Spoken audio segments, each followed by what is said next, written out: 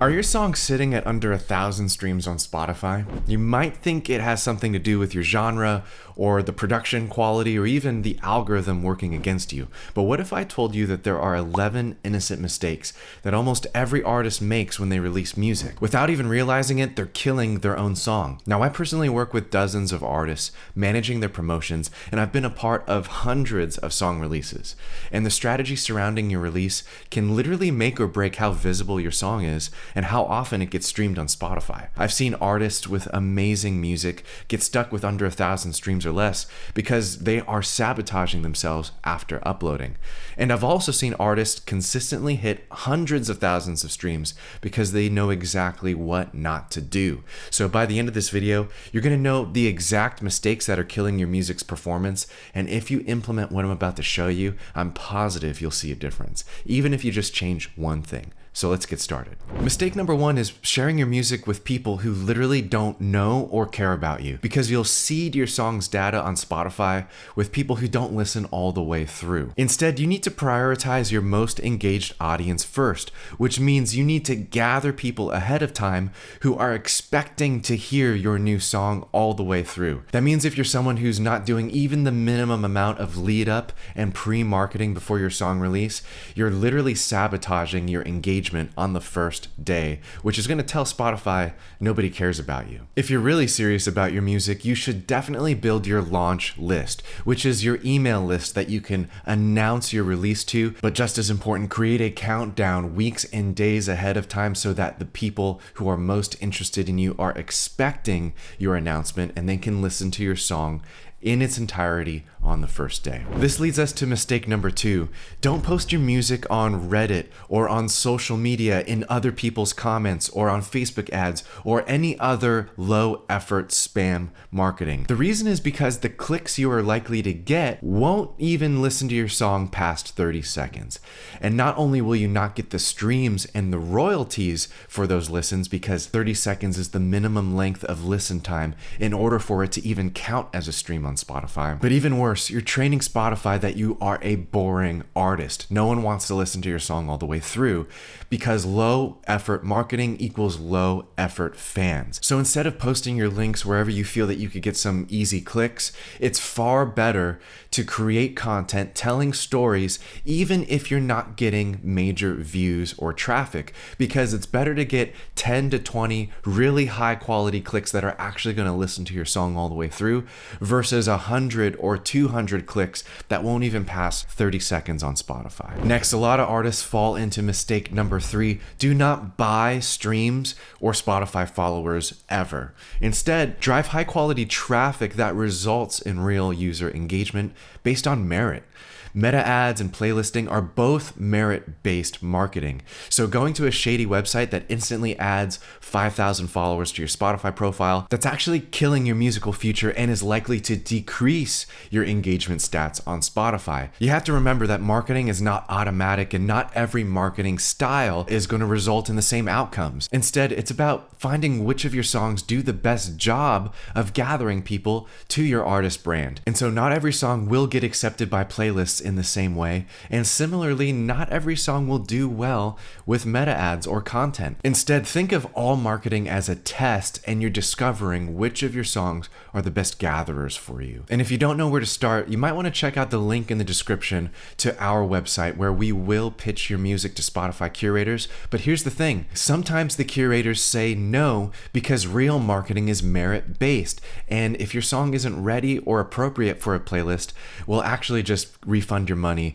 so that you can try something else instead. Remember, it's all about testing and finding what works for you, so don't buy streams or especially followers from websites that just automatically run up the number. Spotify's probably going to take them down anyways. The next mistake is so sad because I see it all the time.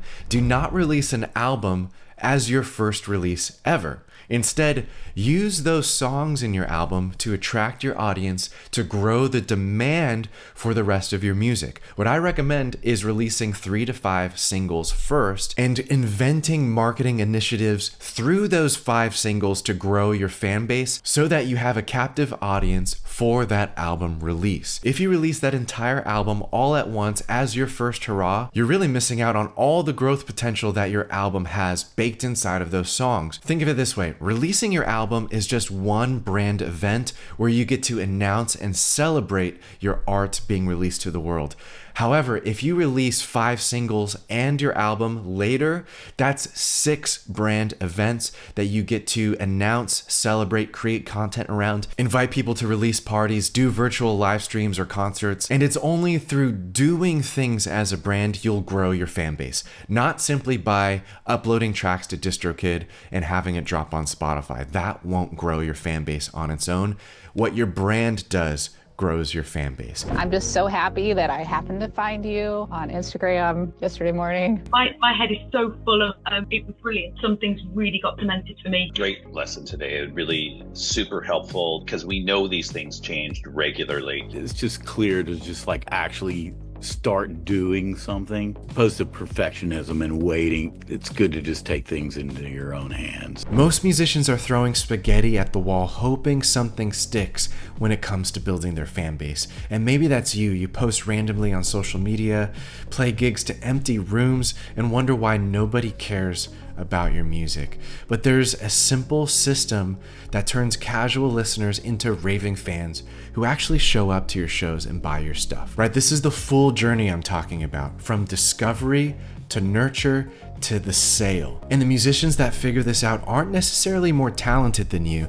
They just know how to generate traffic and create genuine connections with people who really dig their sound. And that's why I created this challenge to solve this with you. This challenge walks you through the exact steps to build that magnetic brand after they discover you. We're talking about turning strangers into people who genuinely can't wait for your next release. I've helped artists who are just capped and cannot sell more than 20 or 30 tickets go from selling out their local venues using these methods. And not because they suddenly changed anything about their music, but because they learned how to get discovered and make people actually care and take action. And if you sign up to this 5-day challenge, you'll get the roadmap that shows you exactly how to attract the right fans, keep them engaged, and turn them into your personal street team that literally shows up for you in person. And look, the reason I made this a 5-day challenge is because I wanted to get in front of you, work with you.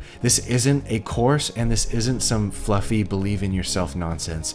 This is going to transform you into the type of person that can build a fan base around your music. And by the end of the 5 days, my goal is that your life is changed forever. I want you to leave these 5 days transformed, not just processing another info dump or another course. So reserve your seat by clicking the description below for the Get More Fans Challenge, and I'll show you how to stop being invisible and to start building the following your music deserves. And this leads us to mistake number 5. Don't rely on your song to get streams on its own. Instead, think through the traffic strategies that you'll be activating so that Spotify can see that people are coming to your song from outside platforms. These outside platforms will be social media. It might be meta ads. It might be your mailing list. This will be the signal to Spotify that there's genuine interest in your music, and then the algorithms will kick in, which will generate internal traffic, because Spotify is one of the best streaming services because it does have all these internal traffic generation options, such as getting on editorials, doing third-party playlisting, activating the radio algorithm or Discover Weekly algorithm or Release Radar. All of that internal traffic needs to get activated by external marketing first. And it has everything to do with obsessing about how you're going to drive traffic to your music, not relying on the song itself or any other quick hack, which leads us to number 6. Don't obsess over the day of the week that your music is released. Instead, obsess over the supporting initiatives that you're going to imagine up and invent. Those are what's going to get people to check out your music during the first week of your release. Now, Fridays are the generally accepted music release day. But even if you release your music on a Monday, for example, you still have every opportunity to get on Release Radar if you have a Spotify audience. But if you're a new artist, you won't get much of a bump on Release Radar at all, because Release Radar is mostly for people who have already experienced your music, have it in their listener history, and have hopefully followed your profile on Spotify too. Which means you'll get a lot further not worrying about the algorithm in the beginning and not worrying about exactly what day you release your music on. Instead, in the beginning, become better at creating demand for your music so that you can get data into your Spotify profile, so that those algorithms can activate and especially know who to send your music to. Here's a technical one, but still so many people do this wrong. It's uploading your music at too low a quality. More platforms nowadays are including lossless audio on their platforms. That's super high quality audio, and Apple Music has had it for a while, and now Spotify has it too. Both platforms do their own internal lossless encoding, so that means you'll want to provide a high quality audio file during distribution. Offering this higher bitrate audio file to your distributor is going to help the internal encoder in Spotify and Apple Music to give you more dynamic range and headroom, ultimately leading to better quality audio when it's played back. So instead of uploading the standard 16-bit WAV file to your distributor, make sure you upload the higher quality 24-bit WAV file. This will provide more precision, headroom, dynamic range, and ultimately the best possible lossless encode on Spotify and on Apple Music. Mistake number 8 is not building a community outside of Spotify. If you are just focusing on the creation of your music and you disappear for weeks or even months in between your music releases, I call this being stuck in the creative cave.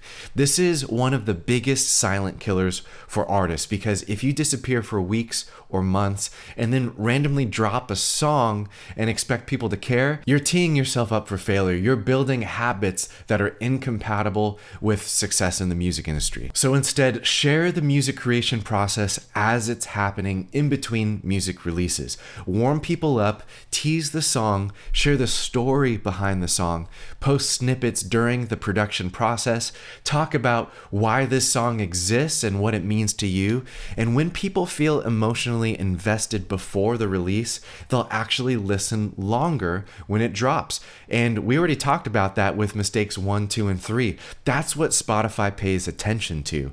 And when they're deciding to turn on and off algorithms that give you extra streams, it really matters that you have engaged people actually interested in your music and you're not just going for cheap clicks, or even worse, people not clicking because they don't care about you at all. Another one I see a lot is ignoring the visual branding around your release.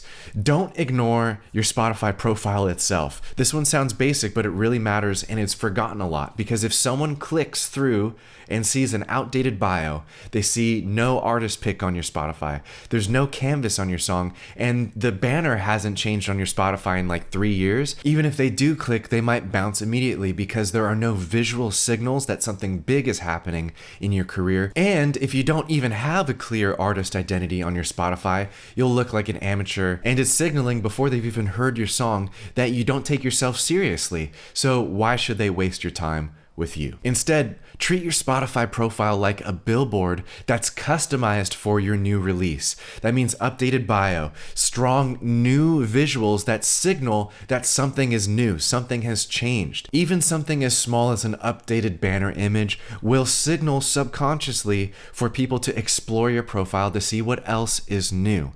Create an artist pick pointing to your newest release. Put a canvas on every track in your top tracks. This is what communicates to your listeners that you're serious about your art, that you have crossed every T and dotted every I, and that you're worth paying attention to. Doing all of this won't generate traffic for you, but it goes hand in hand, keeping that traffic that you did generate interested and engaged on your profile. Next, mistake number 10.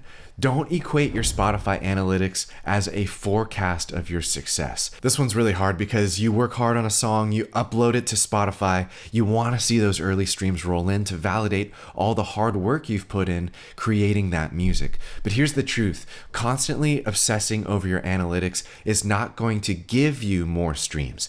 In fact, it's probably hurting your productivity, taking away from the things you actually need to be doing, and hurting your mental health in the process. So instead, understand your analytics as simply a mirroring back of the traffic initiatives that you are putting into place for your music. Your analytics can only tell you if the things you are trying are effectively driving streams. That's it. And a lot of people ask me how they can increase their monthly listeners, and the answer is painfully simple. Drive more traffic to your catalog and your monthly listeners will go up. But that means you need to pursue and invest in initiatives that will drive that traffic. And I've recently uploaded a video that talks all about the different ways to drive traffic. So if you're interested in that, go ahead and click on that video now. And finally, don't see streams as the goal of your music career. Streams are just the starting line. You see, the real goal isn't streams, because streams are just a byproduct of the real thing that you're cultivating in your music career with real humans, which is demand. Demand for your music is what leads to true fandom in people. And that's what we're really after. People listening to your music, hopefully multiple times, and saving your song, and coming to a concert, and buying your products. All of those are actions that people make. And a stream is just one of the very first actions that we can measure once people are coming into your world and experiencing your music brand. Most songs will come and go over time. We all know this. We don't listen to the same playlists that we did back in 2010 this year, right? But the demand for you as an artist is what will continue and transcend beyond just the songs you release. So if you continue creating music, the demand for your creativity is what turns all of your music releases, all of your uploads to DistroKid into a lasting artistic venture. Part of this demand is making sure you have the next step planned for people who have just listened to your music. If someone likes your song, but there's nothing else for them to dig into on the internet, then that means no matter how many songs you upload to Spotify, every listener will find themselves at a dead end, which is why you should watch this video right here. It's packed full of value, basically a free course, which will show you how I establish brands, drive traffic, and plan a journey that leads to sales and revenue. My name's Ryan, and it's so great to meet you, and I hope to see you there.